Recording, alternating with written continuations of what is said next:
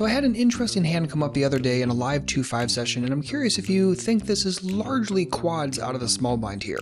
So here's the situation. So under the gun open raises to 25, and for what it's worth, I haven't been at this table for too long so far, and 25 does seem to be their standard open. They've raised a couple of times so far already. So anyway, it folds around to me. I decide to call on the button. Small blind calls, big blind goes away, and we go 3-way to a flop of ace, ace, 4 rainbow.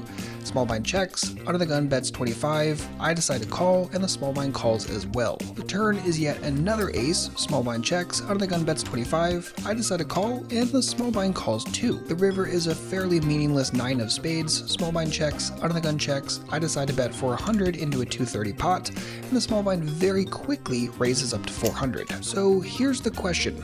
I do not have an ace in my hand. Does the small blind pretty much exclusively have quads here, or is there something else you think in their check raising range? Let me know what you think.